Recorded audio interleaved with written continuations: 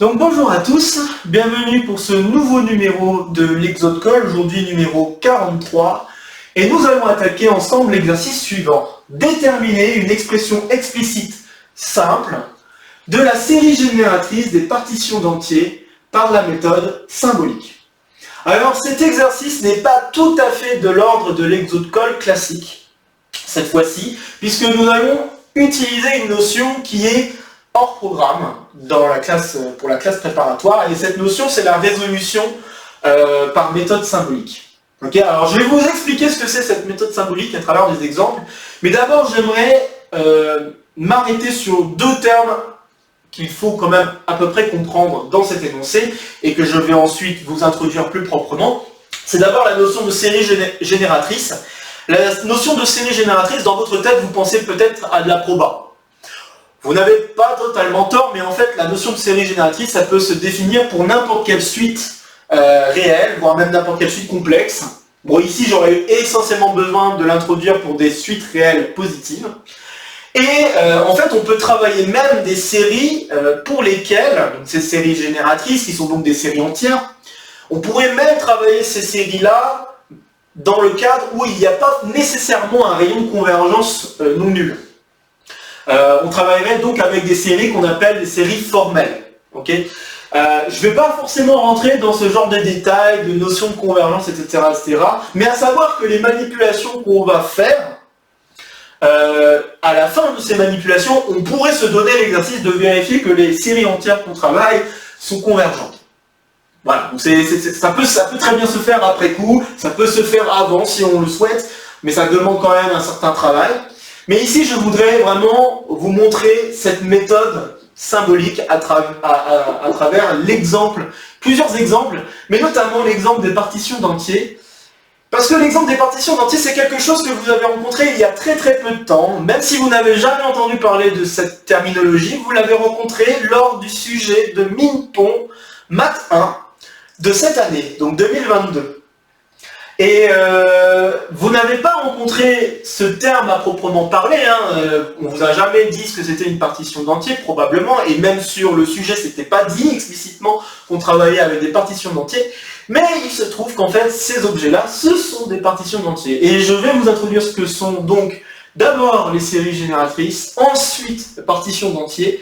Je vais vous donner quelques exemples pour vous expliquer ce qu'est la méthode symbolique.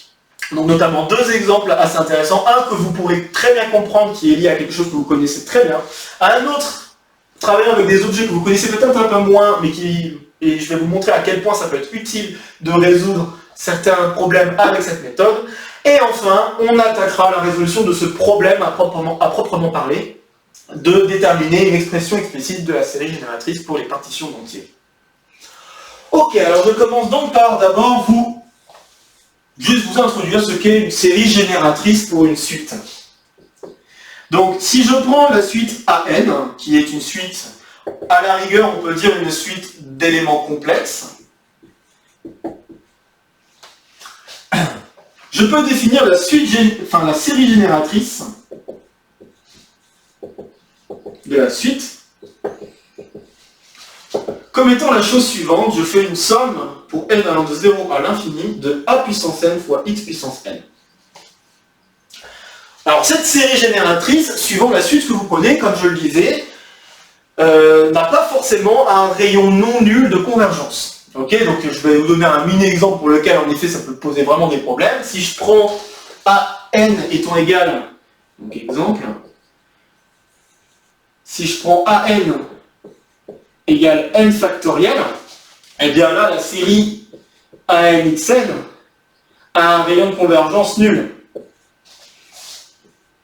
Donc A, un rayon R égale 0 de convergence.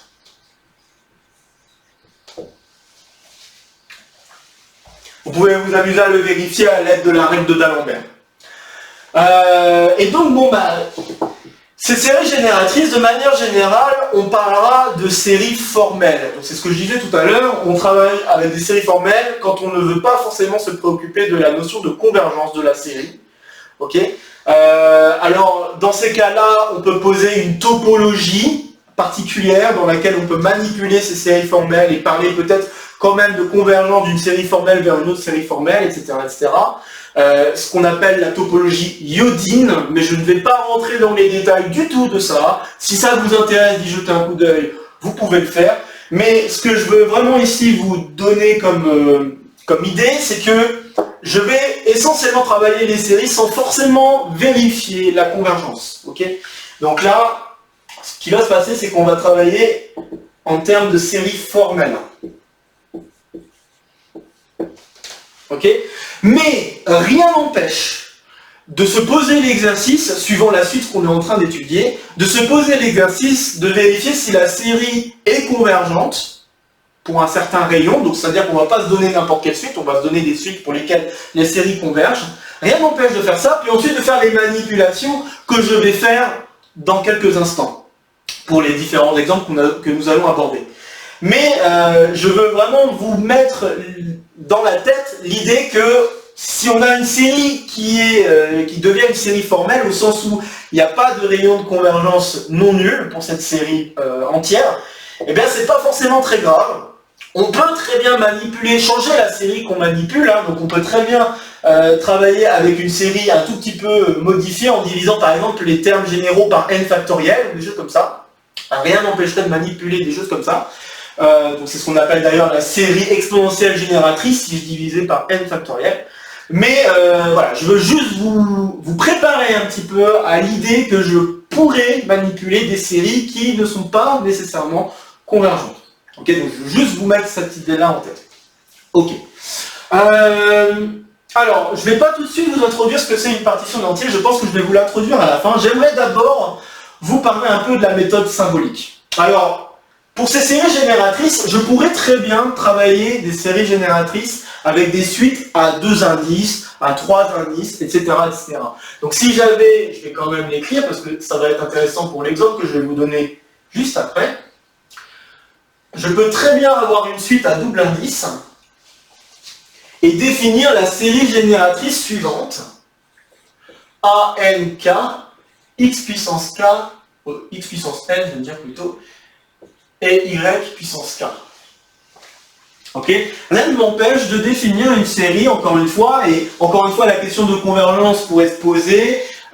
Ici en plus j'ai affaire à une série double, donc on pourrait se poser la question est-ce qu'elle est convergente en termes de série double, etc.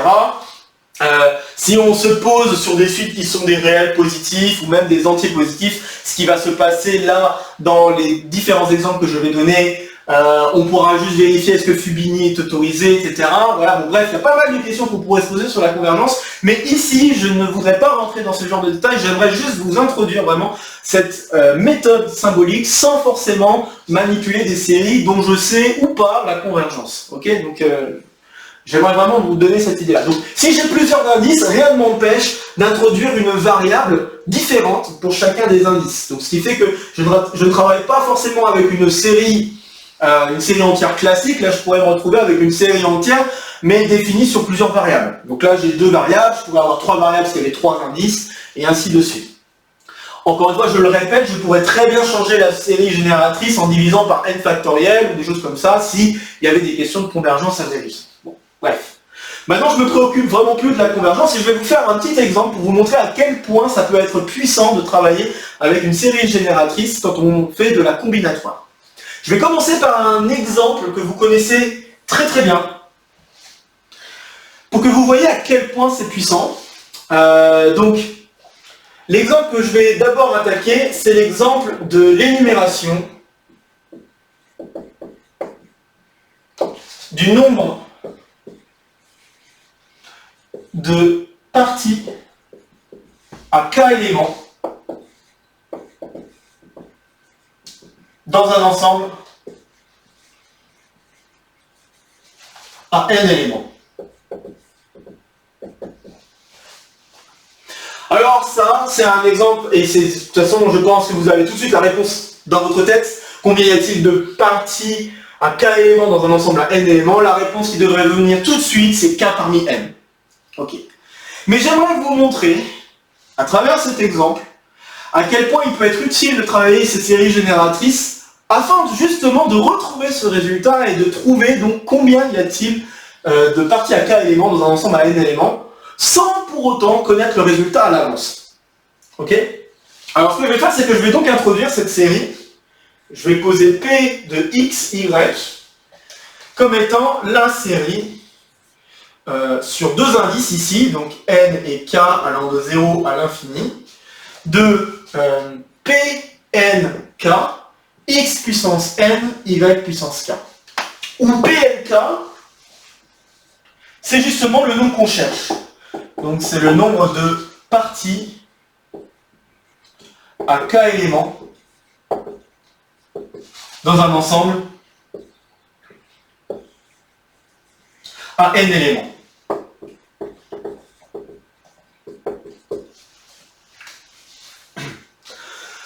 Ok.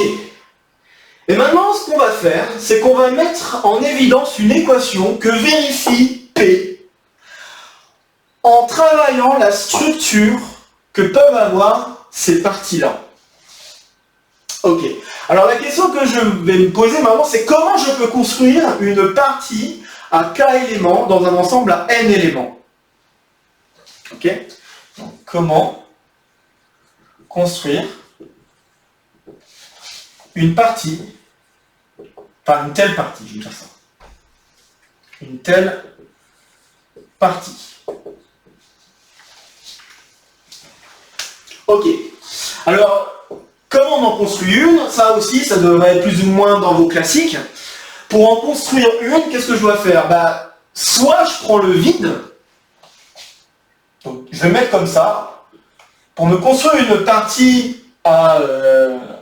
donc je vais noter P comme ça, pour me construire une partie à k éléments dans un ensemble à n éléments, qu'est-ce que je dois faire? Soit je prends une partie vide,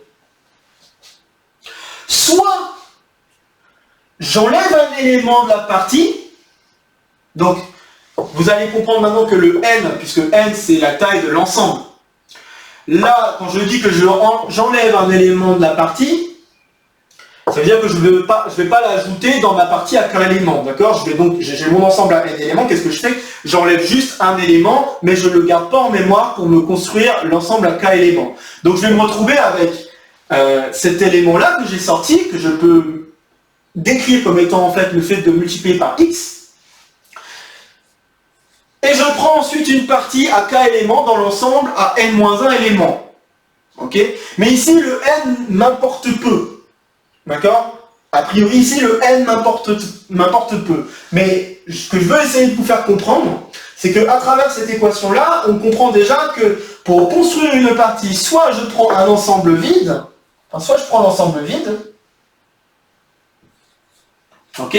Soit j'avais un ensemble, et ce que je fais, c'est que j'enlève un élément. Donc j'ai un élément ici, je le supprime. Mais je ne le garde pas dans ma partie. Donc ça, je peux le mettre en avant en disant, en fait, c'est comme si j'étais en train de prendre k éléments dans un ensemble à n-1 éléments. Ce qui fait que je peux le traduire en termes d'équation comme étant le fait de multiplier par x la série que j'ai sous la main. La dernière option qui me reste à traduire, c'est le fait de enlever un élément de l'ensemble, mais en plus de ça, de l'ajouter à ma partie. Ce qui veut dire qu'il va falloir ensuite chercher une partie à k-1 éléments dans un ensemble à n-1 éléments. Alors k-1 élément à n-1 élément, ça va revenir encore une fois à la série. Et cette fois-ci, j'ai enlevé un élément que j'ai mis ensuite dans ma partie. Donc si j'ai enlevé un élément, je me retrouve avec ce même type d'opération qui va apparaître, je me retrouve avec un fois x, et je me retrouve ensuite avec un fois y, au sens où, donc ce qui s'est passé ici, c'est, j'avais ma partie, j'ai enlevé l'élément, mais cet élément-là, on le garde en mémoire,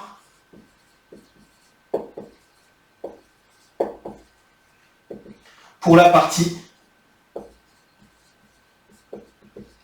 à k éléments.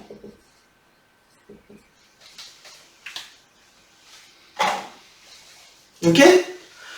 Alors j'ai rappelé les indices n et k, etc., mais rien ne m'empêcherait de ne pas en parler. Là, ce que je suis en train de faire, c'est juste que je suis en train de prendre une partie. Ça, cette série-là correspond en fait juste aux façons de prendre une partie. D'accord? Ça correspondrait à dire je prends une partie dans un ensemble. Comment je prends une partie dans un ensemble? Soit je prends le vide, soit j'enlève un élément de l'ensemble que j'avais et je prends une partie dedans, soit j'enlève un élément, mais cet élément je l'ajoute dans la partie que je veux construire, et ensuite il me reste à prendre une partie de l'ensemble qui me reste. Tout ça traduit, alors le fait de choisir, le fait d'avoir des ou se traduit par le fait d'avoir des plus. Ok? Ce sont des choix distincts. Parce que soit l'ensemble est vide, et en effet l'ensemble est vide, c'est distinct de pouvoir enlever un élément, soit j'enlève un élément et je le garde pas en mémoire, soit j'enlève un élément et je le garde en mémoire. Ça aussi, ce sont des choix distincts. D'accord? Donc, par conséquent, cette équation que je viens de vous écrire, c'est l'équation que vérifie cette série entière. Et cette équation, vous pouvez vous rendre compte très facilement que je peux la résoudre, sans trop de difficulté. Je vais donc la résoudre et obtenir une expression de la série génératrice pour les parties d'ensemble. Puisque ça, en fait, c'est la série génératrice des parties d'ensemble. Je vais peut-être le noter ici. On est en train de regarder les parties d'ensemble. Et ce qu'on a fait, c'est qu'on a indexé par rapport à la taille de l'ensemble et à la taille de la partie qu'on veut prendre. Ok. Bon, eh bien, cette équation-là, si je la résous, ça va me donner donc 1 moins x fois y, le tout fois p, est égal à 1. Et donc ça veut dire que p est égal à 1 sur, alors je vais juste simplifier un tout petit peu l'écriture ici, 1 moins x fois 1 plus y. Donc ça veut dire que la série que j'ai ici est égale à cette expression simple-là. Alors voilà ce que j'entends par expression simple. D'accord? Expression explicite, expression simple, c'est ça que je sous-entends. Ok? Il se peut que cette expression qu'on obtient n'est pas toujours si simple. Mais si simple, enfin si explicite plutôt, parce que simple, tout dépend du point de vue. Explicite, c'est surtout ici au sens où si je remplace par x et par y, je peux calculer directement ce que vaut p de xy grâce à ça, plutôt que grâce à ce truc là-bas. Ok?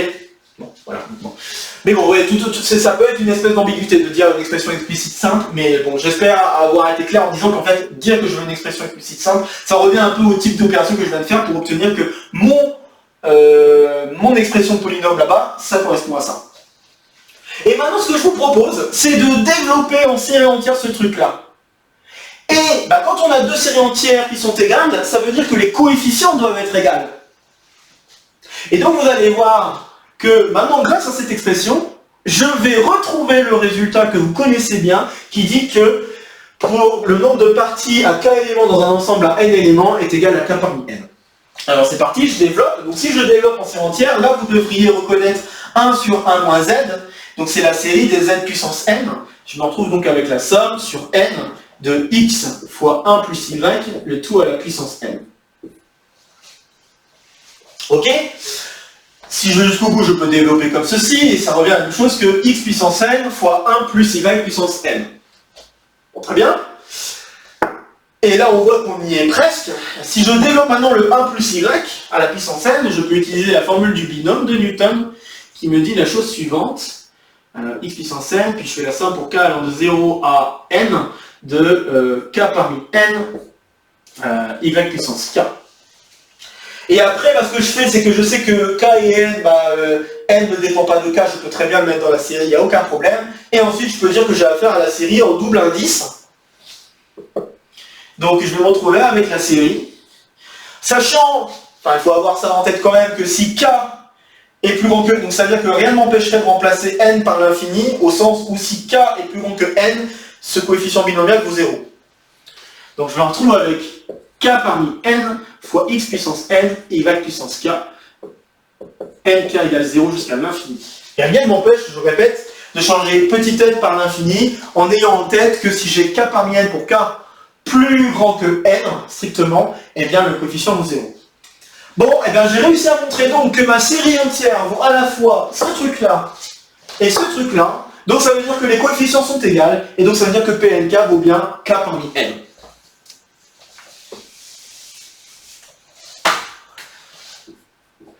PNK égale K par 1000. Voilà un premier exemple de ce que j'entends par résolution par méthode symbolique. En fait, la question de méthode symbolique vient essentiellement de se poser la question: quelle est la structure combinatoire de l'objet qu'on est en train de manipuler? Ici, les objets qu'on était en train de manipuler, c'est des parties dans des ensembles. Donc la question, c'est comment je fais le lien, comment je construis une partie dans un ensemble. Et bien, pour construire une partie dans un ensemble, soit je prends l'ensemble vide, soit je prends mon ensemble, j'enlève un élément de l'ensemble, mais je ne le prends pas dans ma partie, et je cherche ensuite une partie dans ce qui me reste. Soit j'enlève un élément dans l'ensemble, mais cet élément, je l'ajoute dans ma partie. Donc c'est ce qui explique ce truc-là. Je l'ajoute dans ma partie, et ensuite je recherche maintenant une partie dans l'ensemble qui me reste. Et c'est ça qui m'a donné cette équation-là. Je vais maintenant faire un autre exemple avant qu'on se lance sur l'exercice à proprement parler. Un autre exemple qui va parler peut-être à certains d'entre vous, pour ceux qui l'ont déjà vu. Pour ceux qui l'ont jamais vu, ça va être tout aussi intéressant parce que je vais vous montrer que, encore une fois, grâce à cette méthode symbolique, on va être capable d'énumérer le nombre d'objets qui vérifient la contrainte que je veux. Et donc les objets que je vais vous introduire cette fois, ce sont ce qu'on appelle les chemins de Dick.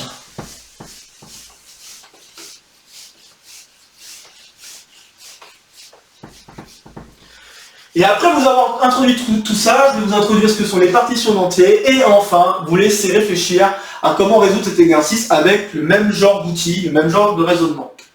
Alors les chemins de Dick.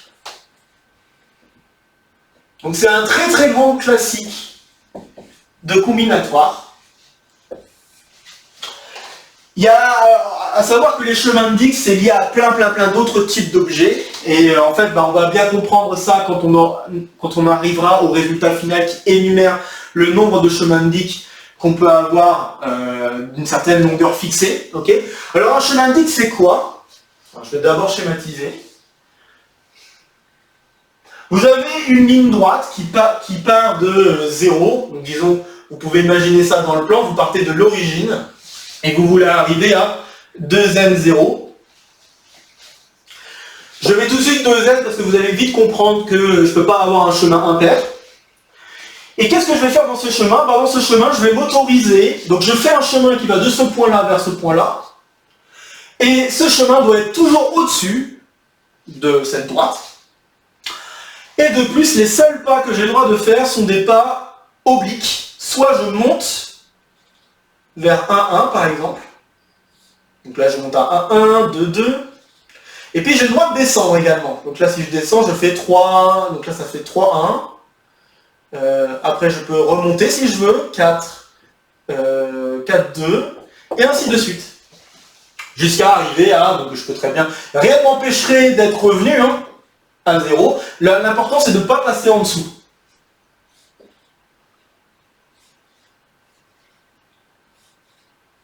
Voilà, ok. Donc voilà à quoi ressemble un chemin de Dick. Donc les chemins de Dick,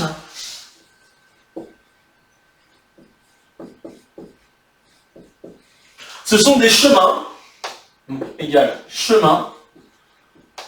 Si vous voulez une suite de points, ça dépend comment vous le voyez, mais ici je vais parler plutôt de chemin. Ce sont des chemins qui vont donc allant de 0, 0 à 2n, 0. Donc là c'est des chemins de Dick de longueur 2n. Donc de longueur 2n. Donc des chemins de Dick de longueur 2n. Donc ce sont des chemins allant de 0, 0 vers 2n, 0, tels que les seuls pas autorisés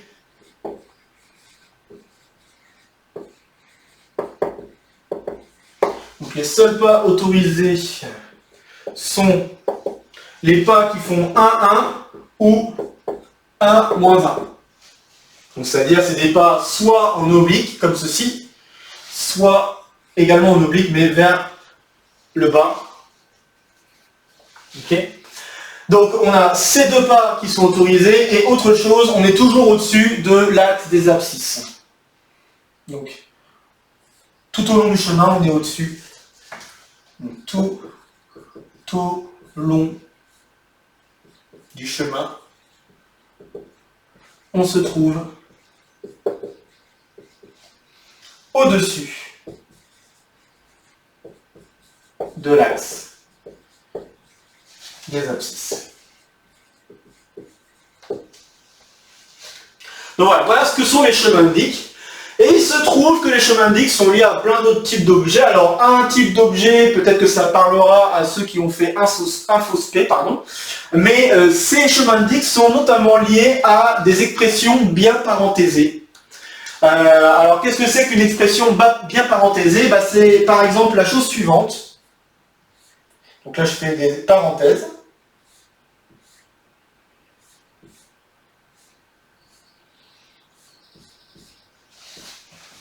Voilà. Donc voilà une expression bien parenthésée. Donc ce que vous voyez, c'est une expression pour laquelle la parenthèse ouvrante correspond à la parenthèse fermante, et ainsi de suite. Donc vous voyez que celle-ci correspond à celle-ci, celle-ci correspond à celle-ci, celle-ci correspond à celle-ci, celle-ci correspond à celle-ci. D'accord? Et j'ai pas le droit à des configurations de ce type, par exemple.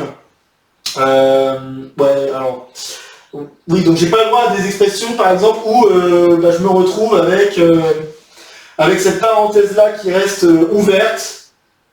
Donc, vous voyez, j'ai une parenthèse ici qui va rester, du moins, là j'ai pas d'ouverture de parenthèse, mais j'ai une fermeture de parenthèse, donc cette expression-là n'est pas bien parenthésée, parce que c'est pas totalement fermé. Et j'ai pas le droit non plus à... Donc il y a des choses quand même assez particulières, donc j'ai pas le droit non plus à ça, etc. etc. D'accord ? Donc c'est ce qu'on appelle des expressions bien parenthésées, c'est lié à ces chemins de Dicke au sens où en fait le fait de monter ça revient à la même chose que d'ouvrir une parenthèse, et le fait de descendre ça revient à fermer une parenthèse. Ok ?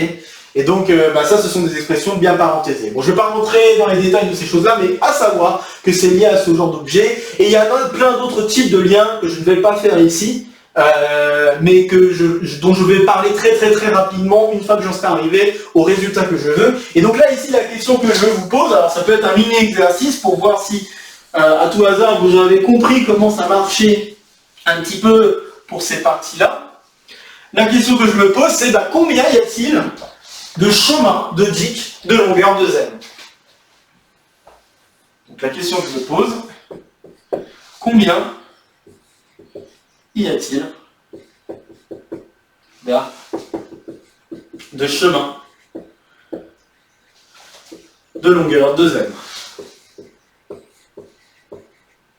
De longueur de Z.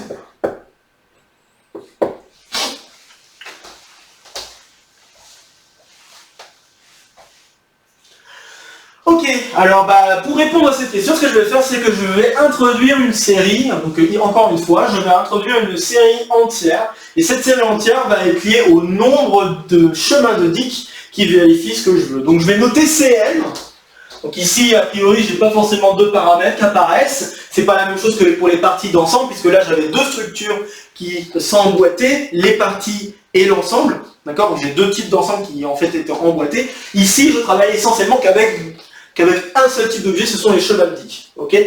Donc, je vais noter Cn, ce nombre. Ce nombre.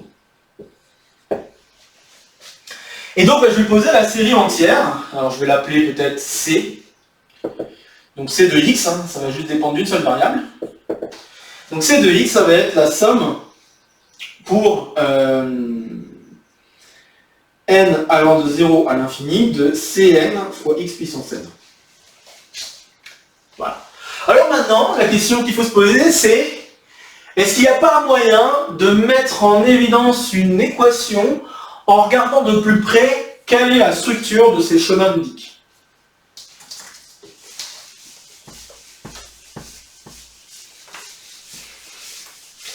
Alors, encore une fois, je vous invite à faire des exemples, si vous voulez. Vous pouvez vous amuser à compter, par exemple, pour n égale 1, ce que ça donne, pour n égale 2, ce que ça donne, pour n égale 0 aussi, ce que ça donne, etc. N'hésitez pas à le faire avant, juste pour manipuler un petit peu l'objet avant que j'avance, si vous voulez. Mais vous allez très vite vous rendre compte du résultat que je vais énoncer. Alors, si je regarde de plus près, d'ailleurs, le dessin, plus ou moins, représente le genre de dessin que je vais maintenant dessiner pour vous faire comprendre la structure qu'ont ces chemins de Dicke, enfin une façon de voir en tout cas ces structures. on peut se rendre compte qu'en fait un chemin indique, alors soit c'est un chemin vide, au sens où c'est un chemin de longueur nulle, où je reste en 0, 0, d'accord? Donc un chemin indique, que je vais noter juste C, ça peut être la même chose qu'un chemin vide, donc le chemin vide c'est le chemin qui reste en 0, ok?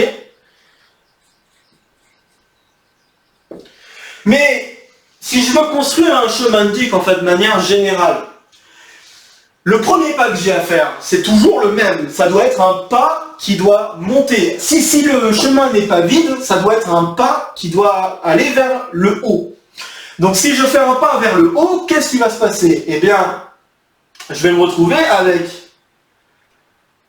ceci. Donc là, je vais dessiner peut-être la droite. Là. Hop. Ok, j'ai un pas vers le haut. Et après, si je suis le chemin indique que je dessinerai, il y a peut-être un moment donné où je vais revenir en 0. Mais peut-être que je ne reviens pas en 0 au bon endroit. C'est pas impossible que je ne revienne pas au bon moment en 0. C'est pas impossible. Bon. Mais ce qui est intéressant, c'est que si je considère ici ce point-là comme étant le premier retour,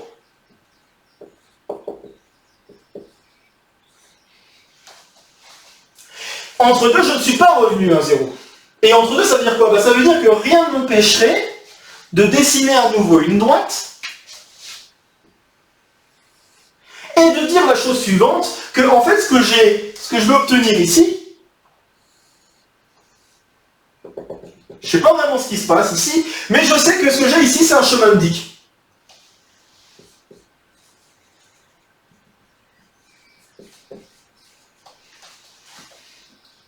D'accord? Alors ça peut être le chemin vide, hein. Si je fais un chemin indique de longueur 2, ça peut très bien être un truc comme ça. Hein. D'accord? Je peux très bien avoir un truc comme ça, et là le chemin indique ici, c'est le chemin juste, je reste en 0. Ce chemin-là. D'accord?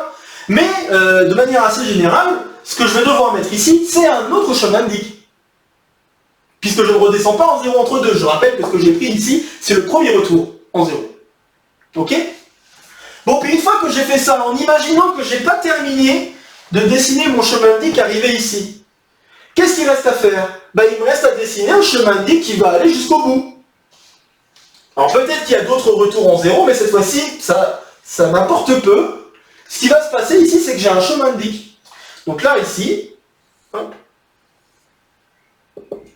je ne sais pas exactement ce qui se passe, mais je sais que je dois ajouter un autre chemin indique pour conclure. Vous pouvez vous faire des exemples, hein, d'accord? Si vous essayez de construire un chemin indique, hein, vraiment, je peux en faire un rapidement. Si vous essayez de construire un chemin indique, disons celui-ci par exemple, bon, j'en fais un relativement simple. Voilà. Imaginons, je prends ce chemin indique là, ok? Et bien vous voyez bien que la structure de ce chemin indique, c'est en effet, d'abord je monte, ensuite je prends un chemin indique, ensuite je descends, puis ensuite je complète en un nouveau chemin indique. Et peu m'importe la longueur, je ne me préoccupe pas de la longueur. Et un peu de la même manière que je ne me préoccupe pas, de la cardinalité de l'ensemble que j'avais et de la cardinalité de la partie que j'avais. C'est un peu de la même manière. Ici, je ne me préoccupe pas de la longueur du chemin indique. Je veux juste savoir, de manière structurelle, comment je peux construire un chemin indique. Et je peux construire un chemin indique de cette manière-là. Ok? Bon, si j'ai ça en tête, du coup, l'équation que je vais écrire est relativement simple. Puisqu'il faut que je monte et que je descende. Ça, c'est une question d'ajouter juste un pas élémentaire, en fait. Hein, parce que monter et descendre, vous êtes obligé de le faire à un moment ou à un autre dans votre chemin indique, étant donné que si votre chemin indique n'est pas 0. D'accord? Il y a un moment donné, vous allez devoir monter, il y a un moment donné, vous allez devoir descendre. Donc, cette partie-là, c'est un élément, c'est un pas élémentaire, en fait, ça. C'est quelque chose que vous allez devoir ajouter exactement comme pour les parties où vous avez dû enlever ou ajouter quelque chose. D'accord? C'est exactement ce qui va se passer. Donc là, ce que j'ai, c'est ça, c'est un pas. Si c'est un pas, eh bien ça va correspondre à multiplier par x. Ok?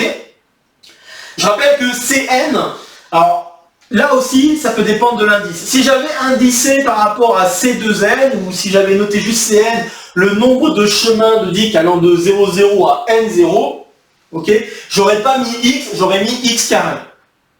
D'accord? Là, ça dépend essentiellement des indices. Mais ici, je travaille juste avec des longueurs paires. Donc si je travaille avec des longueurs paires, pour passer de n à n plus 1, il faut que je passe d'un chemin allant jusqu'à 2n à un chemin qui va jusqu'à 2n plus 2. D'accord? Donc là, c'est exactement ce qui se passe. Là, j'ai fait un pas ici, donc j'ai fait un nombre de pas pair qui vaut 2 ici. Donc ça veut dire que je suis passé d'un chemin de longueur... donc si je vois ce chemin de Dick au-dessus ici, je suis passé d'un chemin de Dick de longueur 2n à un chemin de Dick de longueur 2n plus 2. Ok? Bon, alors maintenant, en espérant vous avoir bien convaincu de ce qui se passe, ça veut dire que l'équation va être la suivante. Je fais donc soit le chemin vide, soit je multiplie par x d'abord. Donc c'est-à-dire que je monte quelque part et plus loin, je fais ma première descente en 0. Ok? À cela, je multiplie un premier chemin de Dick, puisque je dois mettre un chemin de Dick entre le pas montant et le pas descendant. Peu importe sa longueur, je mets un chemin de Dick. Et à cela, si j'ai besoin, j'ajoute un nouveau chemin de Dick. Donc, je me retrouve avec cette équation-là. Et donc l'équation, si je la réécris maintenant un peu plus simplement, l'équation que j'obtiens est la suivante. C de x est égal à 1 plus x fois c de x au carré. Bon, et bien maintenant, il n'y a plus qu'à résoudre cette équation afin d'obtenir une expression explicite, simple, de c de x. Donc là, essayez d'avancer maintenant que j'ai fait cette petite manipulation et en espérant vous avoir fait bien comprendre comment ça marche. Maintenant, il reste à conclure. Quelle va être l'expression de c de x? Et bien là, vous avez un polynôme du second degré. Hein. Vous pouvez voir cette équation-là comme une équation polynomiale du second degré. Donc c de x carré moins c de x plus 1 égale 0. Donc si vous voyez ça comme une équation du second degré, vous calculez un certain delta. Donc delta ici va valoir 1 moins 4 fois a fois b, donc 4 fois x. Donc là, ça va dépendre si cette valeur est positive ou négative, et vous allez vous rendre compte en même temps du rayon de la série, hein, au passage. Tout à l'heure, je n'en ai pas parlé. Tout à l'heure, on aurait pu se rendre compte que la série entière que nous avions avec deux variables était en fait de rayon 1 par rapport à chacune des variables x et y. Et bien ici, là, on va se rendre compte également que le rayon, alors ça va pas être 1, mais on peut déterminer le rayon, et ce rayon, ça risque d'être un quart, ou quelque chose comme ça. Et donc, ce delta, ça va être ça, et j'obtiens alors que c de x, ça va être égal à la chose suivante, ça va être égal à, alors, moins b, donc 1, plus ou moins, donc là, il y a une question qu'il faut se poser, c'est est-ce que c'est un plus ou est-ce que c'est un moins, racine carrée de 1 moins 4x, le tout divisé par 2a, donc 2x.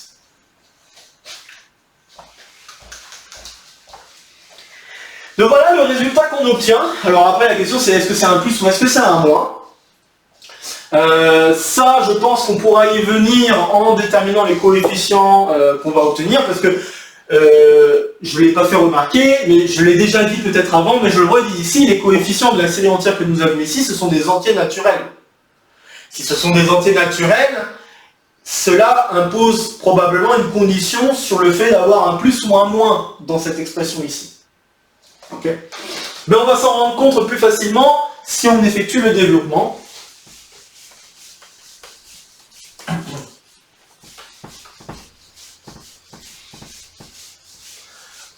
Alors après, c'est vrai qu'il y a peut-être une façon... ouais, il y a peut-être une façon plus ou moins simple à voir, c'est si je remplace... Alors je veux que la fonction soit définie si je remplace x par 0. Ouais, voilà, une façon de peut-être le voir, c'est ça. Je veux pouvoir faire le calcul pour x égale 0, puisque pour x égale 0, ça va donner C0. C0, ça vaut 1, hein, il n'y a qu'un seul chemin de longueur nulle, hein, c'était le chemin de tout à l'heure que je vous ai dessiné, que je vais redessiner ici. Ok ? Donc il n'y a qu'un seul chemin, et donc qu'est-ce que ça veut dire? Ça veut dire que je devrais être capable de calculer ce que ça vaut pour x égale 0. Et on se rend compte que si j'avais mis un plus, là je me retrouverais avec 1 plus 1, si je regarde ça en termes de limite ou en termes d'équivalence si vous préférez. Là je me retrouve avec 1 plus 1, donc je me retrouve avec 2, et en dessous je me retrouve avec 2x en termes d'équivalent. Donc si je regarde la limite quand x tend vers 0, ça va pas. Par contre, si je veux qu'il y ait une chance que les choses fonctionnent, vaut mieux que ce soit un moins.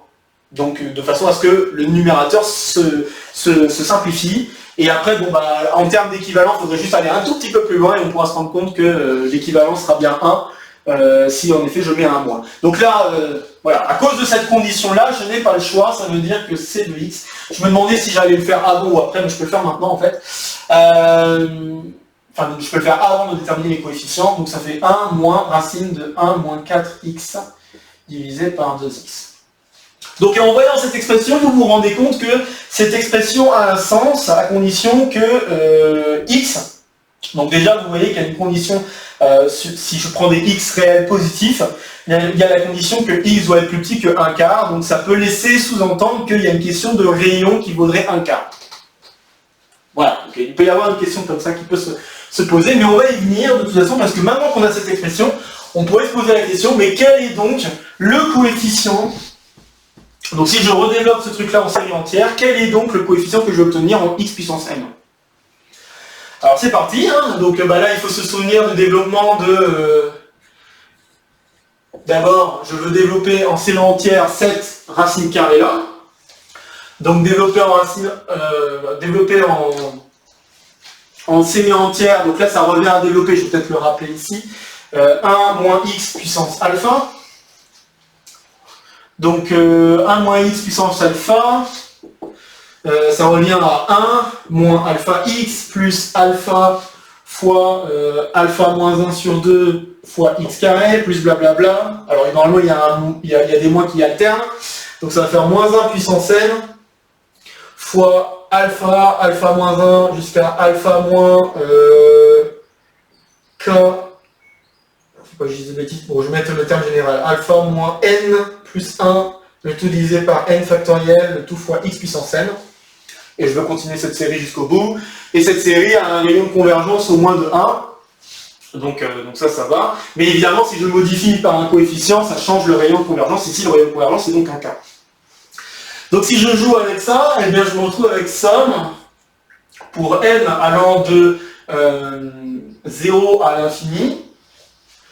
Donc si j'ai pas fait de bêtises, on a donc moins 1 puissance n. Ouais, moins 1 puissance n fois, alors là la puissance en question, le alpha ici vaut 1 demi. Donc je me retrouve avec 1 demi fois moins 1 demi fois blablabla fois jusqu'à 1 demi moins, je vais l'écrire comme ça, 1 demi moins n plus 1 divisé par n factoriel et le tout fois x puissance n. Ok, donc pour l'instant j'en suis avec ça, très bien. Alors je vais simplifier le produit évidemment, hein. Je pense que vous vous y attendez, donc je vais le faire. Alors le produit, déjà vous voyez qu'il y a une alternance de signes qui va apparaître, et alors cette alternance de signes fait que je vais avoir tous les termes qui vont avoir le signe moins, si je ne dis pas de bêtises. Ouais, tous les termes vont avoir un signe moins. Donc je vais m'expliquer pourquoi. Alors vous faites, donc vous avez, si j'écris les termes que j'ai au fur et à mesure, j'ai donc 1 demi fois moins 1 demi fois moins 3 demi fois blablabla fois, alors le dernier terme c'est donc 1 moins 2n moins 2, donc ça veut dire moins 2n moins 1 sur 2. Ok, maintenant, là, si je veux compter le nombre de termes qui ont un signe moins ici, alors, là j'en ai 1, j'en ai 2, arrivé ici j'en ai 2, au début j'en avais aucun, 2, donc ça veut dire, et j'ai combien de termes dans mon produit? J'en ai n, Donc c'est n-1, voilà. Donc, si j'ai qu'un seul terme dans le produit, ça fait 0. Si j'ai deux termes dans le produit, ça fait 1. Si j'ai trois termes dans le produit, ça fait 2. Donc ça veut dire que j'ai n-1. Ok. Donc j'ai un -1 puissance n-1 qui apparaît. Ensuite, je me rends compte qu'au dénominateur, j'ai un 2 puissance n qui apparaît. Ouais, il y a n termes dans le produit, enfin n facteurs dans le produit. Et ensuite, bah, si je regarde ce que j'ai au-dessus, je me retrouve avec le produit des impairs. Donc 1 fois 2, 1 fois 3, pardon. 1 fois 3 fois 5 fois 2n plus 1. Si j'ai pas fait de bêtises, 2n plus 1. Est-ce que j'ai fait une bêtise?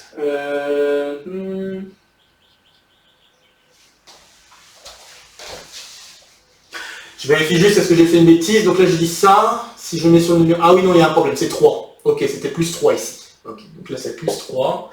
Donc ici ça change. Ça devient donc moins 3. Okay. Donc là je me retrouve avec le produit des impairs jusqu'à 2n-3. Et ça, c'est un exercice classique de première année de prépa, de calculer ce produit de nombres impairs. Alors, ce produit de nombres impairs, je vais le faire dans le cas un tout petit peu plus général, juste en augmentant d'un cran l'indice. Si je voulais calculer le produit des impairs jusqu'à 2n-1, ce que je fais, hein, la méthode à appliquer, c'est que je complète le produit par les termes pairs qui manquent. Et à la rigueur, je peux ajouter 2n si je veux en même temps, donc ça va me donner 2n factoriel. Mais si j'ai ajouté les termes pairs dans le produit, je les enlève automatiquement en divisant par ces termes pairs. Donc je vais avoir 2 fois 4 fois blabla fois 2n. Et là, dans tous ces produits-là, il y a un 2 qui sort pour chacun des facteurs. Il y a n termes ici, donc j'ai un 2 puissance n qui va sortir. Donc hop, je vais mettre comme ça. J'ai un 2 puissance n qui va sortir, n factoriel, et en haut j'ai un 2n factoriel. Donc voilà, donc il faut juste le réadapter en changeant n par n-1. Et donc le produit que j'obtiens ici, c'est -1 puissance n-1 divisé par donc 2 puissance, donc ça va faire 2 puissance n enfin 2n-1, n-1 factoriel, et ici je vais avoir 2n-2 factoriel. Je pense que ça doit être bon, ça. Ok. Bon. On va essayer de... Bon, en tout cas, ça me paraît plutôt pas mal. Très bien. Donc, j'ai ça. Alors maintenant, je vais effacer ce que j'ai écrit là, et puis terminer le calcul. Ok. Donc, on a vu maintenant ce que valait ce truc-là. Il suffit maintenant de remplacer ça là-dedans, et on voit que le -1 puissance n avec le -1 puissance n-1 vont se simplifier. Alors je crois qu'il y a juste le premier. Non, il n'y a pas le premier. Non, c'est bon, c'est ça. Ok, il y a bien des moins partout.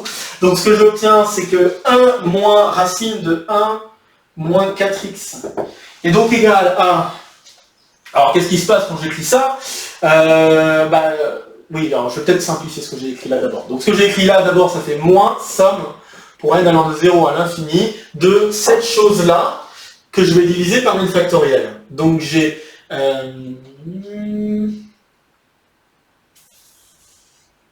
Est-ce que j'ai fait une... Je suis juste en train de me demander... Normalement, je pense pas avoir fait de bêtises. Ah oui, c'est ça que j'ai oublié. J'ai oublié le 4. Ouais, ok. J'ai oublié un truc ici. Donc là, j'ai écrit la formule en ayant fait 1 moins x. J'ai oublié de faire moins 4x. Je me disais pourquoi il y a le 2 puissance n qui ne risque pas de simplifier, mais en fait il faut qu'il se simplifie. J'ai un 4 puissance n ici. Voilà. Donc le 4 puissance n va se simplifier. Le 4 puissance n va se simplifier avec ce 2 puissance n qui est ici. Juste, est-ce que c'est normal d'avoir le -1 ou d'avoir le -1? Oui, c'est normal d'avoir le -1, ok. Donc ce que je vais me retrouver avec... Enfin, je vais me retrouver avec quoi? je vais me permettre de tout remplacer maintenant. Donc si je remplace ici, ce que j'obtiens c'est... Donc comme je l'ai dit, le moins est sorti, d'accord. J'ai... si je fais... Alors, je vais d'abord écrire ce que j'ai au-dessus. Donc j'ai 2n-2 factoriel sur 2 puissance 2n-1 fois n-1 factoriel. Le tout divisé par... n factoriel.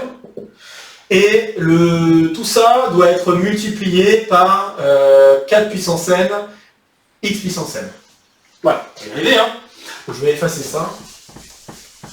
Maintenant que j'ai réécrit le résultat, c'est bon.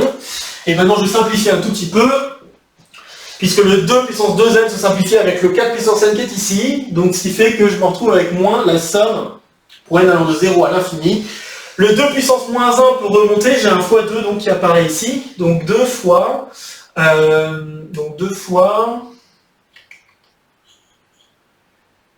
est-ce que... Ouais, ok, donc j'ai ça fois donc 2n moins 2 factoriel sur n factoriel, n moins 1 factoriel, le tout fois x puissance n.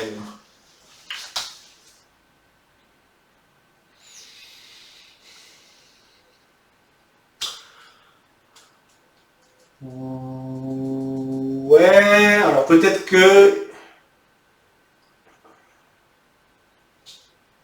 Donc ouais, alors quand j'ai écrit cette expression, il y a peut-être le premier terme que j'ai loupé.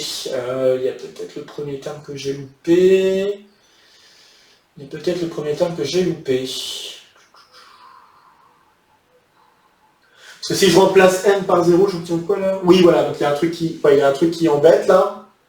Donc il y a le premier terme que j'ai loupé. Et je vais peut-être faire la chose suivante. Parce que j'aimerais mettre en avant ce premier terme là, qui apparaît. Parce que sinon, normalement, il ne devrait pas y avoir un moins qui sort à cause du 1 hein, qui est là. Mais par contre, tous les autres termes à partir de n égale 1, il y a bien un moins qui sort. À chaque fois. Donc là, ouais, là c'est bon, je suis satisfait du résultat. Faut juste le revérifier peut-être à nouveau, mais je pense que là, c'est vraiment comme ça qu'on devait l'écrire. Ouais. C'est juste qu'avec ce produit-là, on ne se rend pas compte de ce qui se passe quand je remplace n par 0. Pour mieux s'en rendre compte, il va aller peut-être mieux écrire le premier terme tout seul.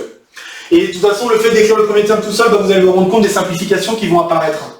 Donc en effet, le fait d'écrire ce premier terme tout seul, vous voyez que quand je fais 1 moins cette racine carrée, le 1 va se simplifier et le moins devient plus. Je me retrouve avec 2 fois la somme pour n allant de 0 à l'infini de 2n moins 2 factoriel sur n factoriel, n moins 1 factoriel, x puissance n.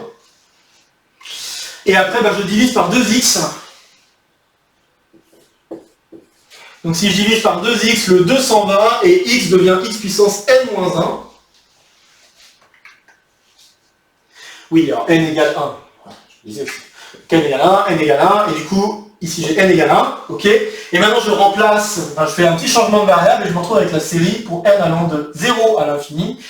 2n moins 2 peut devenir 2n, n devient n plus 1, et ce n-1 devient n factoriel, et là j'ai x puissance n.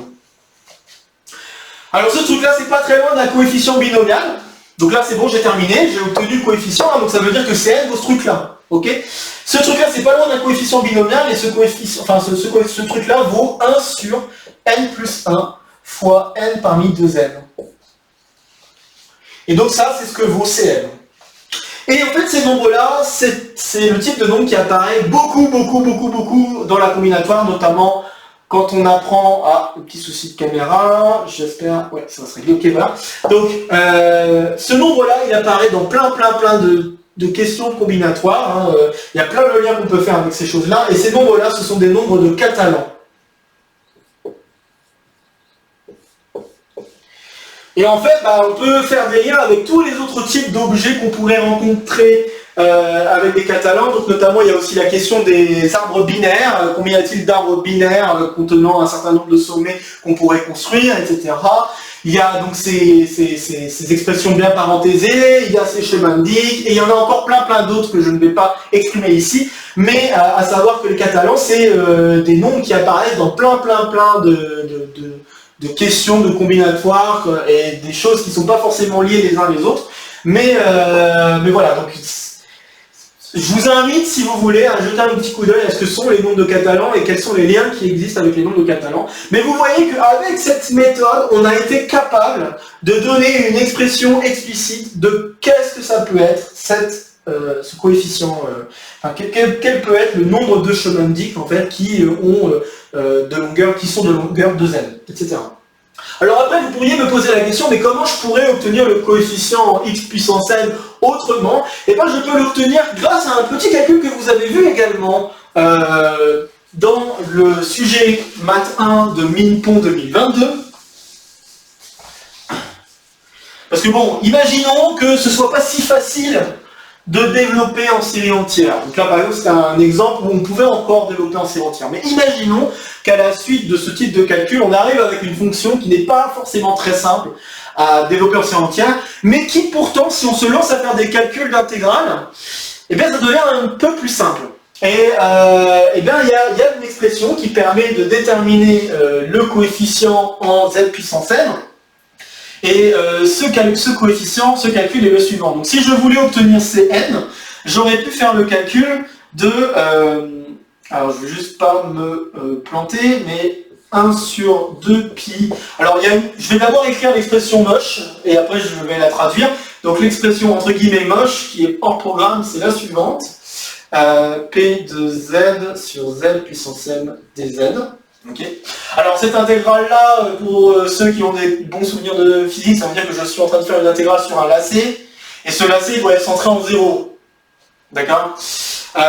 Mais bon, si je voulais essayer de l'écrire autrement, ce lacet, je pourrais le choisir comme étant juste le cercle unité.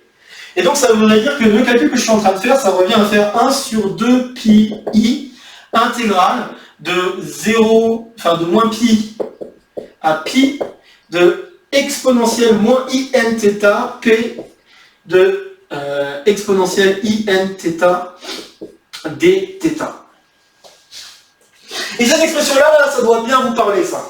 Ce truc-là, ça doit vraiment beaucoup vous parler, parce qu'en effet, c'était le type d'expression qu'on vous demandait de vérifier afin de déterminer la valeur de Pn dans le cadre de l'exercice qu'on vous proposait pour ce sujet 1 de maths.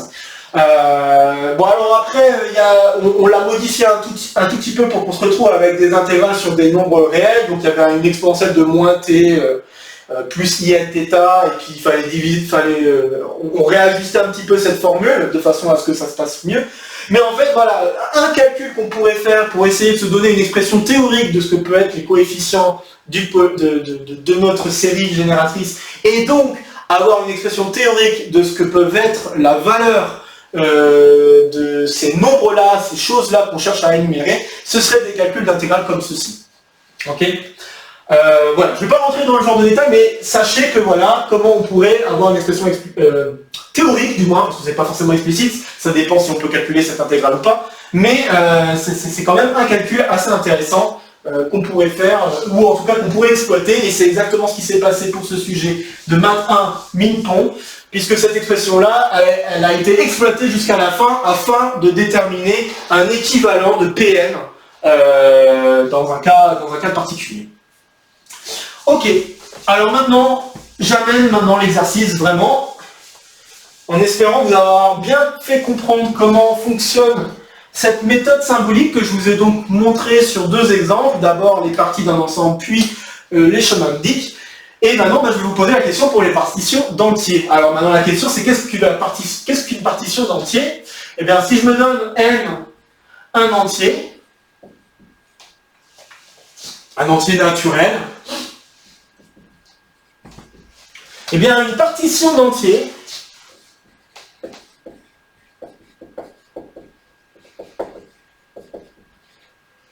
donc une partition de n est un uplet, donc ça peut être un p uplet, peu importe la longueur, est un uplet, lambda 1. Alors de préférence, on veut les ordonner, donc je vais les ordonner, lambda 1, mais après on pourrait très bien, je vais peut-être plutôt parler d'ensemble pour éviter de parler d'uplet. Donc est un ensemble fini. C'est pas vraiment un ensemble aussi. Bon, je vais garder le mot uplet, ça ira très bien. Bon. Donc c'est un uplet de type lambda 1 plus grand ou égal à lambda 2, plus grand ou égal blablabla jusqu'à plus grand ou égal à lambda p, par pas forcément de longueur P, ça peut être de longueur plus grand que P, ok, tel que, eh bien, n, c'est égal à la somme des lambda i. Alors par contre, oui, j'ai oublié de préciser, lambda p est strictement supérieur à 0. Donc lambda 1, 3 petits points jusqu'à lambda p. Voilà ce qu'est la partition d'un entier. Alors, bon. Donc on peut se faire un petit exemple juste pour comprendre ce que c'est, plus exactement.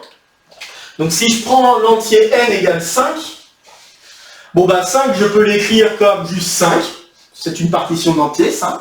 Je peux l'écrire comme 4 plus 1, je peux l'écrire comme 3 plus 2, je peux l'écrire comme 3 plus 2, plus 1 plus 1, je vais l'écrire. Je peux l'écrire comme 2 plus, alors je peux pas mettre 3, donc 2 plus 2 plus 1. Je peux l'écrire comme 2 plus 1 plus 1, donc 2 plus 1 plus 1 plus 1. Et je peux aussi l'écrire comme 1 plus 1 plus 1 plus 1 plus 1. Okay. Donc voilà, ça ce sont toutes les partitions de l'entier 5.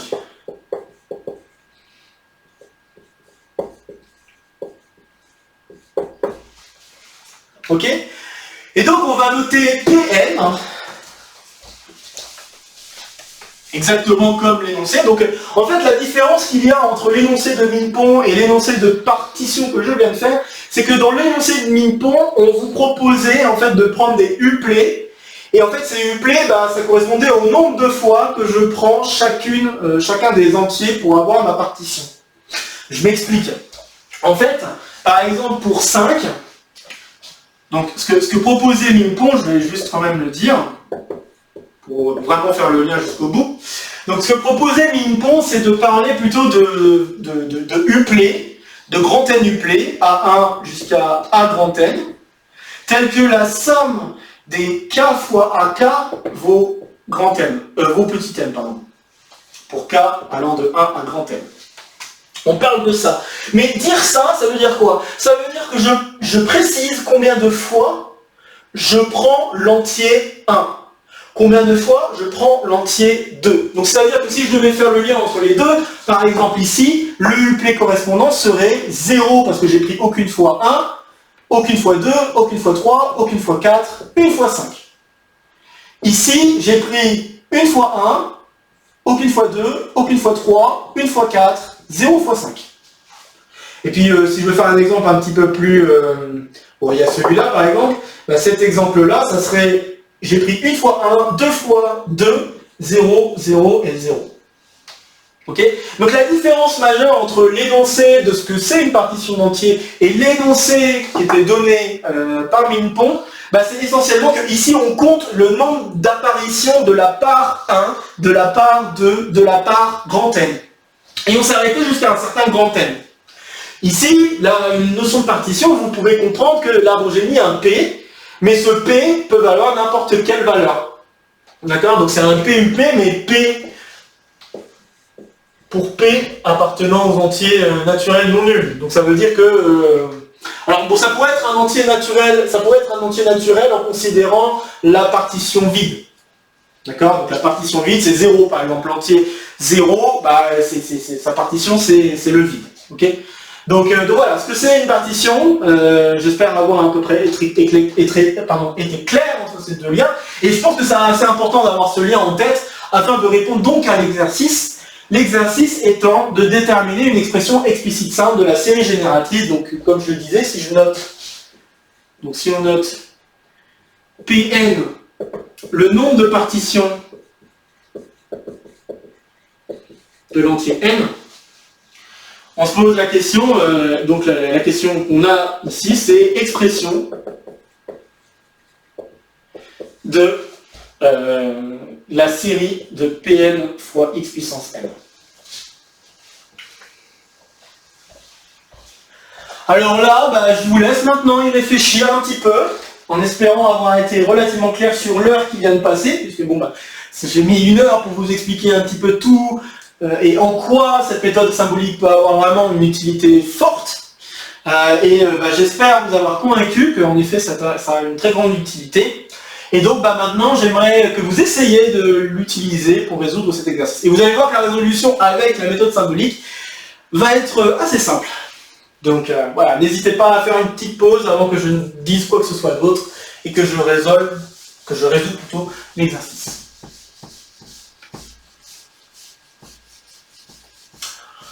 Bon, ben c'est parti pour la résolution. Alors, je vous ai fait le lien entre les partages entiers et ces choses-là, mais je pourrais aussi les dessiner vraiment d'une autre manière, ces partages d'entiers, mais je vais peut-être pas le faire, ces partitions d'entiers, mais je vais pas le faire tout de suite. Je vais d'abord vous dire que ce que je vais faire essentiellement, c'est que je vais utiliser ce lien entre la définition de partage d'entier et cette façon d'écrire les partages d'entiers. En fait, pour me donner un partage d'entier, sans avoir fixé l'entier que je pose, pour me donner un partage entier, qu'est-ce que je dois faire? Ce que je dois faire, c'est que je dois choisir combien de fois je fais apparaître 1. Combien de fois je fais apparaître 2. Combien de fois je fais apparaître 3. Et ainsi de suite. Et vous voyez qu'en disant ça, je ne me retrouve pas avec une relation qui dit que un partage, je peux l'obtenir à partir d'un autre partage ou d'autres types de partages. Vous voyez que là, cette fois-ci, je vais obtenir une expression directement, explicite, de ma série entière. Donc, pour avoir un partage,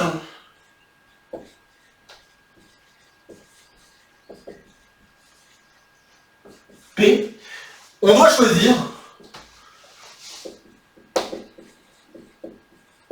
combien de fois,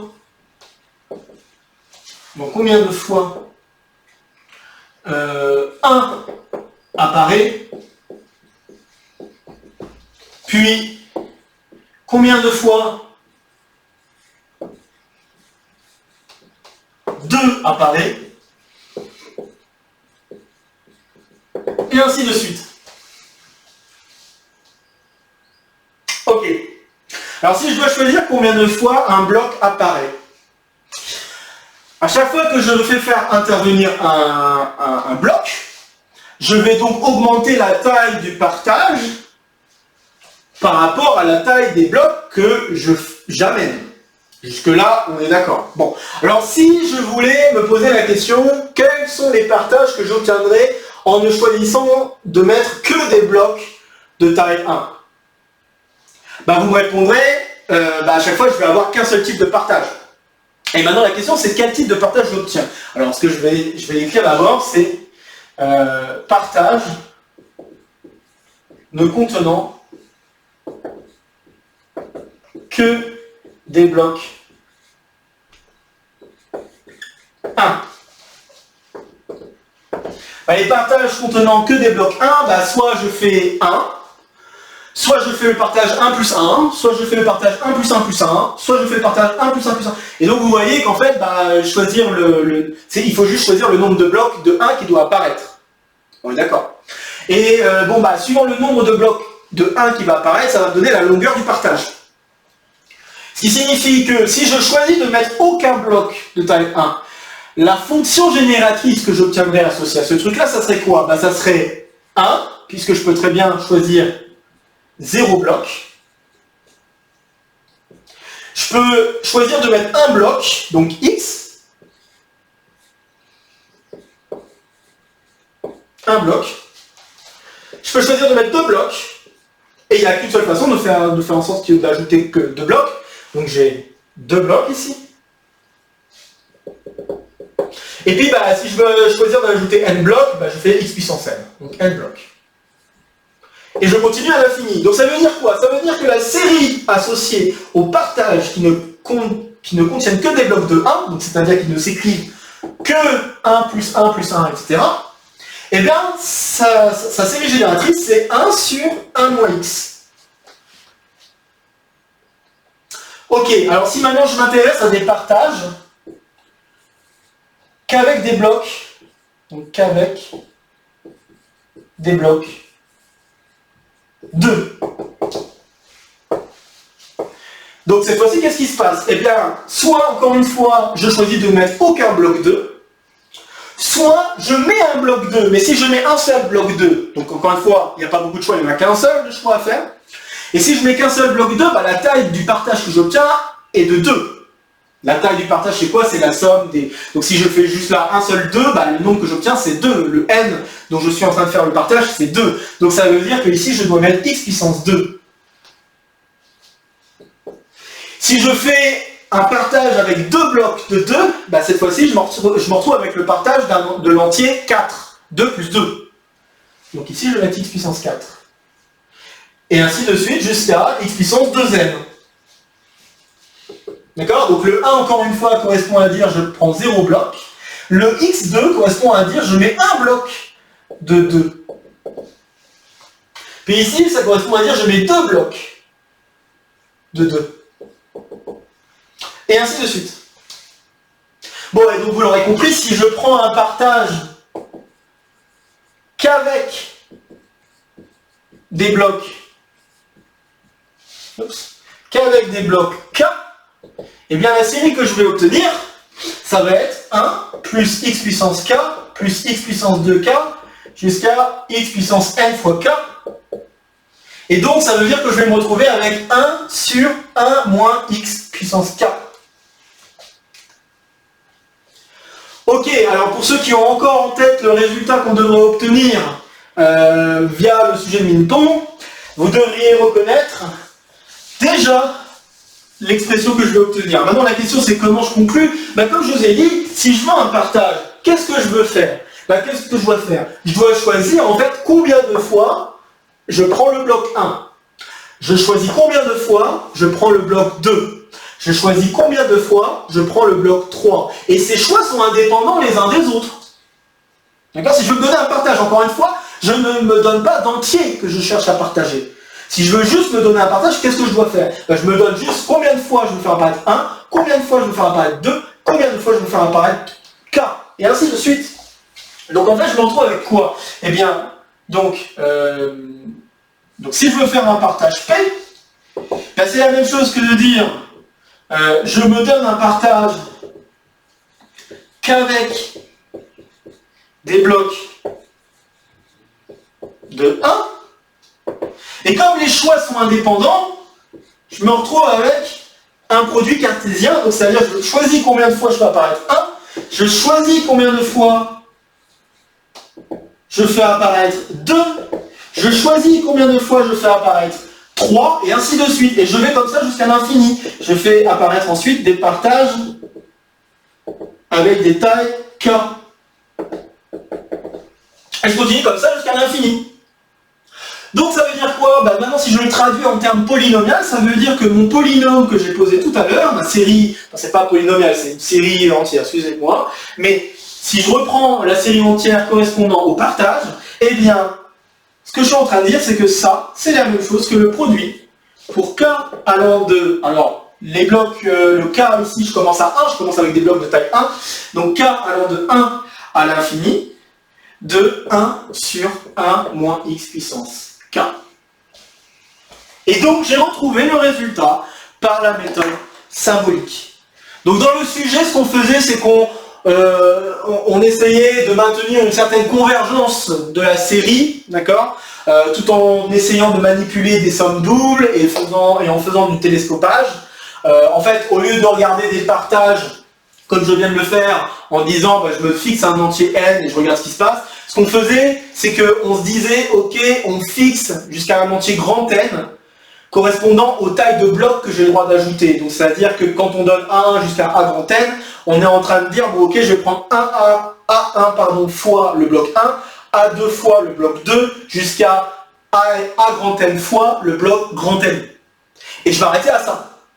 Et en fait, ce qu'ils ont fait ensuite, donc d'abord ils demandaient de vérifier que pour un petit n donné, le nombre de partages qu'on pourrait écrire comme ça avec petit n, c'est un nombre fini.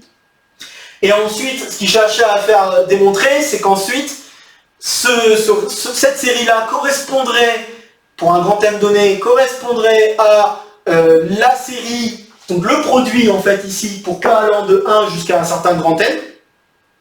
Et une fois qu'on a fait ça, on fait une espèce de télescopage en disant je vais regarder la série donnée par ces séries-là que je soustrais terme à terme par rapport à grand N. Donc c'est-à-dire je regarde. Donc globalement le sujet disait ça afin de s'assurer de garder une certaine convergence dans les résultats. Mais vous voyez que dans la symbolique, si on étudie proprement ce qu'on est en train de faire combinatoirement, on arrive également au même résultat. Alors après, si je veux exploiter, vous utilisez la formule d'intégrale que j'ai écrite afin de connaître le coefficient Pn. Si on veut essayer de le calculer, on pourrait essayer de calculer le coefficient Pn à partir de l'intégrale qu'il faudrait calculer par rapport à ce produit.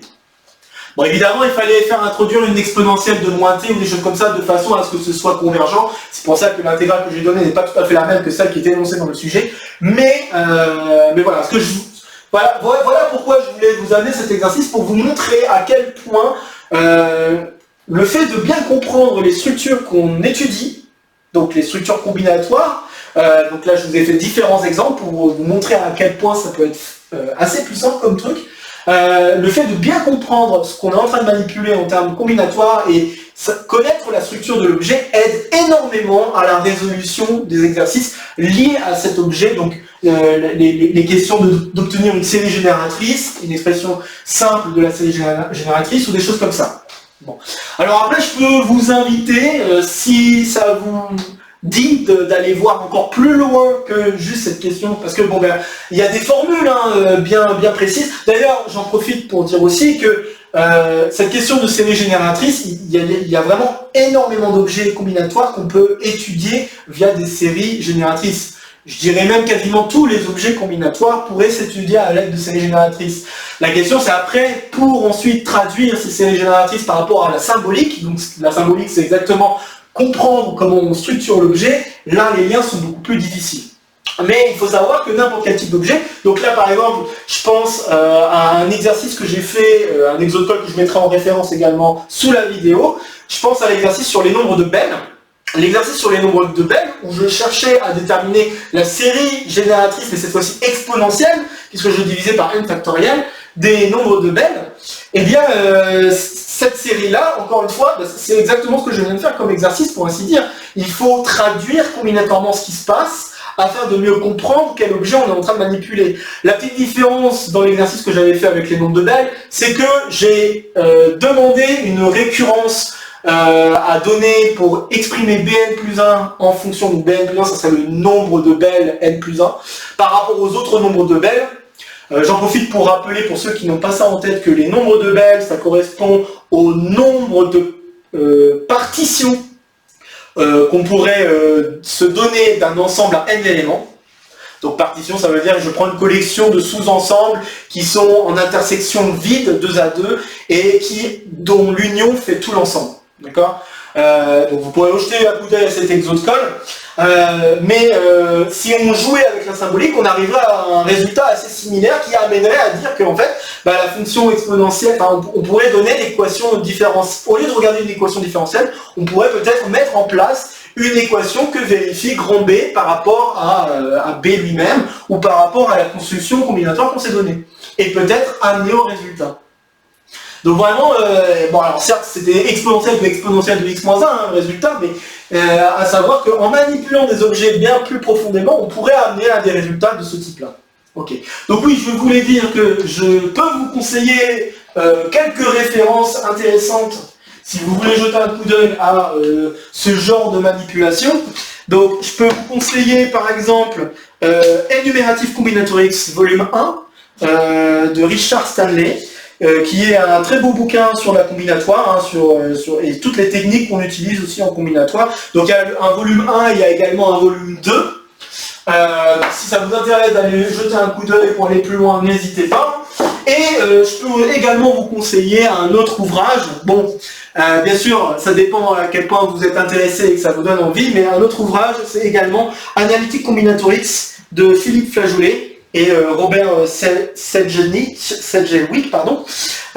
Donc c'est également un bouquin qui vous explique aussi ce type de méthode qu'on peut employer quand on étudie des objets combinatoires et notamment étudier aussi la structure analytique des choses, donc c'est-à-dire qu'on étudie vraiment peut-être un peu plus profondément ces questions de séries génératrices et autres qu'on pourrait se construire à partir des suites, à partir de ces suites.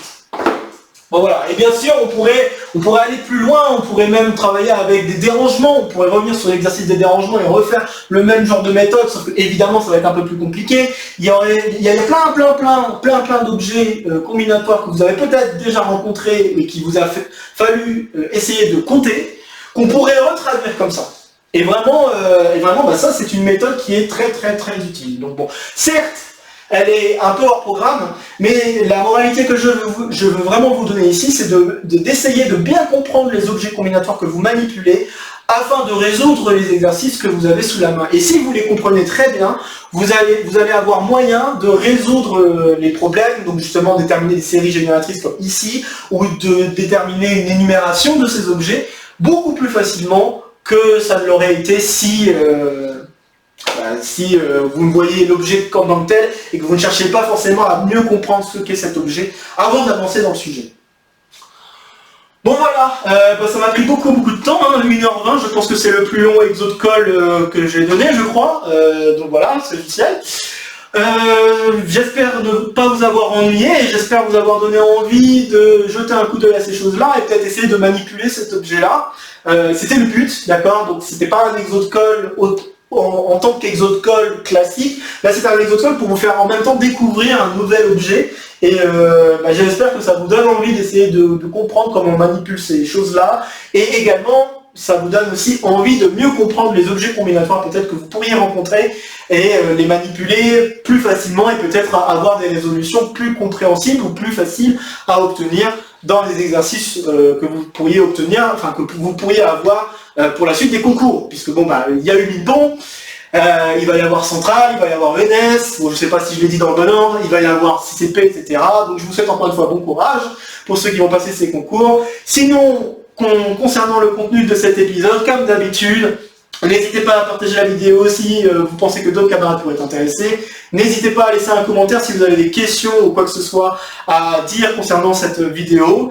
Sur ce, je vous dis à très bientôt, probablement mardi, pour le prochain numéro du petit exo de colle. Voilà, sur ce, portez-vous bien, bon week-end, reposez-vous bien, et à très bientôt. Salut à tous!